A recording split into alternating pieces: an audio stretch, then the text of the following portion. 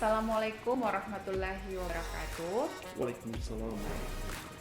Pada kesempatan kali ini saya akan melakukan supervisi akademik pada rekan sejawat saya.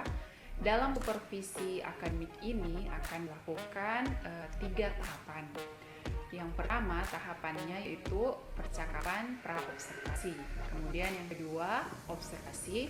Yang ketiga adalah percakapan pasca observasi dengan menggunakan paradigma berpikir coaching.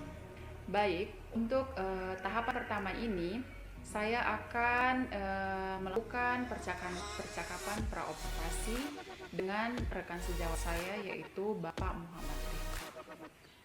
Baik Pak Iki, terima kasih sudah meluangkan waktu dengan saya hari ini. Hari ini kita akan melakukan supervisi ya Pak. Kita akan berbagi dan berdiskusi. Sebelum supervisi kita akan berbagi atau berdiskusi pemahaman tentang supervisi yang akan kita lakukan sebentar. Baik, kira-kira persiapan apa saja yang Bapak sudah lakukan untuk pembelajaran untuk supervisi yang akan kita lakukan pada pembelajaran ini?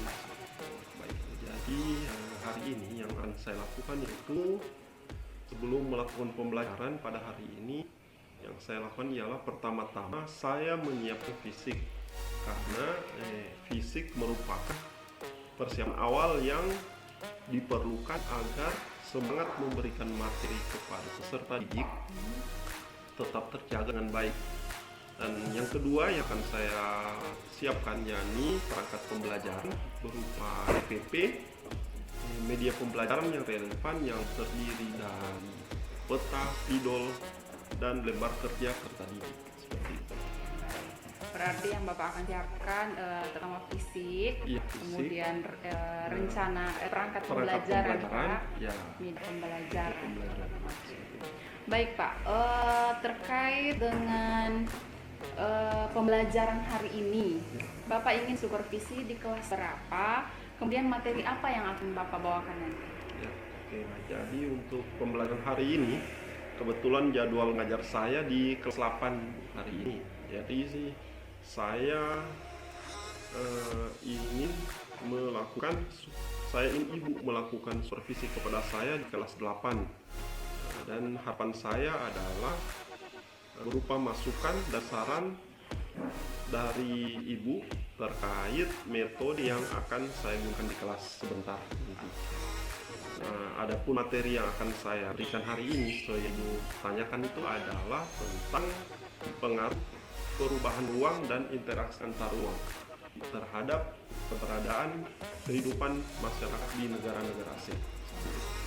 Berarti Bapak akan supervisi di kelas 8 nanti ya Pak ya? Iya, di kelas 8. Baik Pak, untuk materi ini kan Bapak akan membawakan tadi interaksi perubahan interaksi antar ruang. Perubahan ruang dan interaksi antar ruang. Perubahan pengaruh dan interaksi antar ruang gitu ya Pak ya.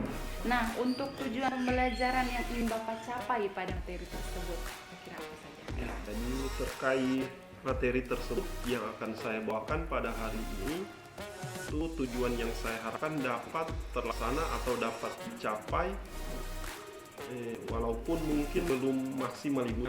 Jadi itu adalah saya mengharapkan peserta didik dapat mengetahui kondisi dan status sosial masyarakat Asia Tenggara akibat perubahan ruang dan interaksi antar ruang.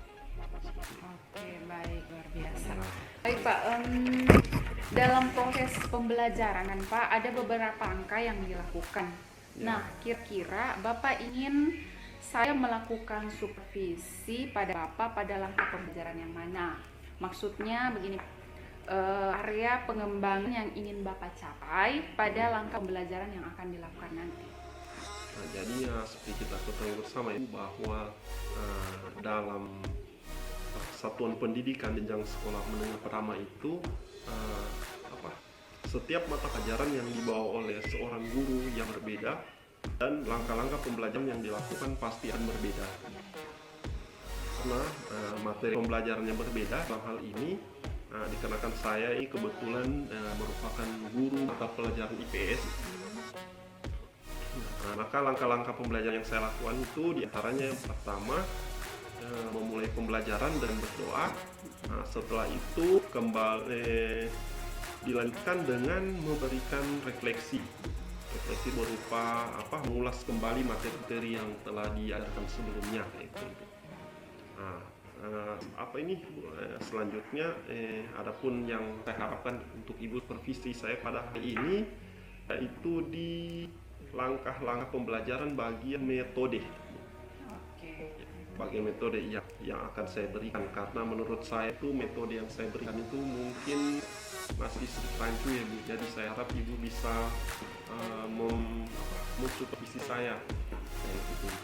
Baik, berarti pada supervisi nanti Bapak ingin saya melakukan supervisi di bagian metodenya ya Pak. Ya. Mungkin metode ini baru di Bapak akan baru Bapak terapkan, jadi ingin disupervisi di bagian tersebut. Ya, metode yang saya gunakan kan itu yang akan saya coba kepada peserta didik itu metode discovery learning. Sementara kan itu discovery learning itu yang saya ketahui banyak digunakan oleh siswa atau peserta didik setingkat SMA. Jadi saya akan coba menggunakan metode itu di peserta didik tingkat SMP. Oke, baik. Luar biasa sekali Pak. Baik, yang terakhir Pak, untuk mencapai hal tersebut kan Bapak ingin menggunakan metode discovery learning. Nah, ini kan baru perdana Bapak terapkan ya Pak ya. Di kelasnya Bapak barangkali baru Bapak terapkan. Nah, kira-kira strategi apa yang sudah Bapak persiapkan untuk pembelajaran nanti di kelas? Jadi ini strategi yang akan saya gunakan dalam pemberian materi pembelajaran hari ini, yaitu saya akan menggunakan materi pembelajaran discovery learning tadi Bu ya, yakni dengan cara memberikan sedikit penjelasan kepada siswa mengenai materi yang diajarkan. Terus kemudian saya membagi beberapa kelompok peserta didik di kelas, dan setiap kelompok itu diberikan semacam tugas membuat proyek begitu. Buat proyek. Nah, setelah itu proyeknya selesai bekerja, karena proyeknya kan masing-masing berbeda setiap kelompok itu saya berikan proyek yang berbeda-beda tugas masing-masing. Setelah proyeknya selesai dengan waktu yang telah saya tentukan, maka setelah itu saya akan memberikan saya akan lanjutkan dengan diskusi. Nah, maksud dari diskusi itu agar kita dapat sama-sama memecahkan masalah yang sulit dipecahkan. Mungkin kelompok A mungkin sulit, dan sama-sama diselesaikan bersama-sama. Baik Pak, saya rasa luar biasa sekali sudah persiapan Bapak untuk supervisi di kelas nanti ya Pak, dari perangkat belajarannya, metode yang akan digunakan, sepertinya sudah luar biasa sekali persiapannya. Oke. Baik Pak, kalau begitu kita langsung saja supervisi nanti Pak di kelas. Baik. Sudah bisa Pak. Baik.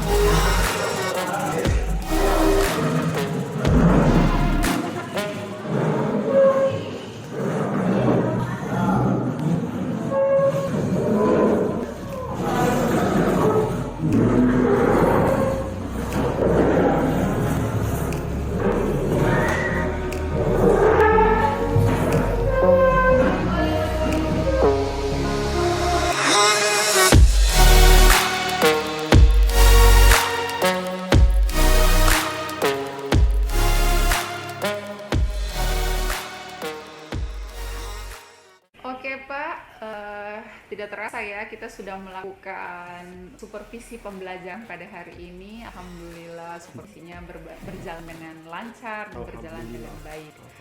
Nah Pak, untuk supervisi yang sudah dilakukan tadi, kira-kira bagaimana perasaan Bapak? Karena berhubung metode yang Bapak terapkan ini, metode discovery learning adalah metode yang baru pertama kali Bapak terapkan di pembelajaran Bapak.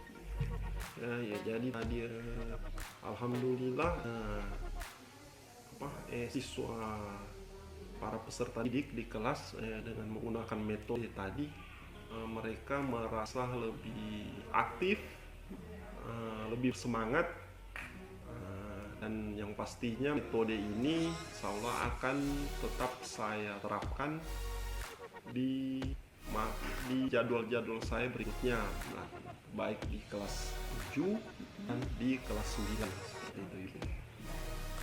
Kayak gitu. Nah ya, saya lihat tadi itu ini kan masih awal dari saya penerapan metode saya di kelas.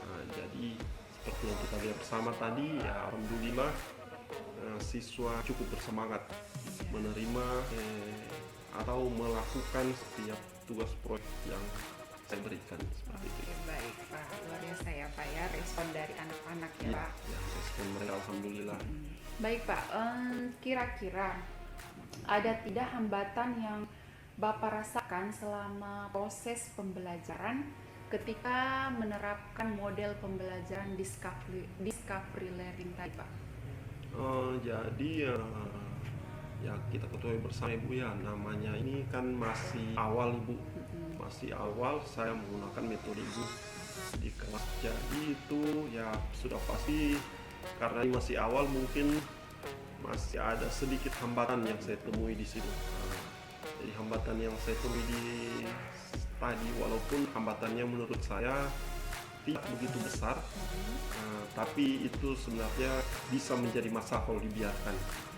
Jadi hambatan-hambatan yang saya temui tadi selama melakukan proses pembelajaran di kelas para peserta didik, yaitu masih adanya beberapa peserta didik dalam satu kelompok itu yang tidak aktif dalam memecahkan suatu masalah yang saya berikan, yaitu berupa proyek yang saya tugaskan kepada setiap kelompok. Masih sebagian kecil ada beberapa siswa dalam kelompok tersebut yang tidak aktif itu, seperti itu. Baik, seperti itu ya Pak, berarti Bapak merasa masih ada beberapa siswa yang masih kurang aktif dalam proses pembelajaran tersebut. Ini kan masih perdana ya Pak, semoga depannya bisa lebih baik lagi. Ya, amin. Baik Pak, berkaitan dengan hambatan yang Bapak rasakan tadi kan, Bapak mengatakan bahwa peserta didiknya masih ada yang kurang aktif dalam proses pembelajaran. Kira-kira Bapak punya tidak alternatif atau tindakan-tindakan alternatif yang bisa Bapak lakukan untuk mengatasi hambatan-hambatan yang Bapak rasakan tadi? Ya, baik, jadi karena tadi masih perdana dan menemukan hambatan, sehingga mungkin kedepannya saya untuk mengatasi hambatan tersebut mungkin saya akan tetap menerapkan metode yang tadi. Tadi yang untuk mengatasi hal tersebut, misalkan saya memberikan, tadi kita lihat bersama ya di kelas. Tadi di kelas itu kan terbagi dari 6 orang peserta didik per kelompok. Tadi kan saya bagi 3 kelompok. Jadi karena setiap kelompok itu proyeknya itu dalam setiap kelompok saya memberikan tugas proyek, dan proyeknya itu hanya terdiri dari 3 item. Jadi untuk kedepannya agar semua aktif menyelesaikan proyek tersebut yang saya berikan, maka mungkin yang tadinya itu setiap kelompok hanya 3 item akan saya cukupkan menjadi 6 item agar ke-6 peserta didik tersebut aktif seperti itu dalam memecahkan masalah, karena mereka sudah mendapatkan tugas masing-masing, jadi tidak berharap sama teman sebelumnya lagi, teman kelompoknya lagi kayak gitu. Oke, baik Pak. Berarti sudah ada tindakan-tindakan, Bapak sudah punya rencana apa Iya, yang harus iya, Bapak iya. lakukan Iya, untuk mengatasi hambatan yang Bapak rasakan iya, tadi yang saya temukan tadi. selama proses pembelajaran. Iya, seperti itu. Baik Pak, Seperti itu. untuk kedepannya lagi nih Pak. Iya. Kira-kira ada tidak orang yang Bapak akan ajak untuk berkolaborasi dalam hal ini, dalam hal peningkatan proses pembelajaran ini Pak? Nah, ya baik. Jadi untuk kedepannya saya berencana akan mengajak rekan sejawat saya itu ya untuk berkolaborasi menggunakan metode discovery learning dalam pembelajaran.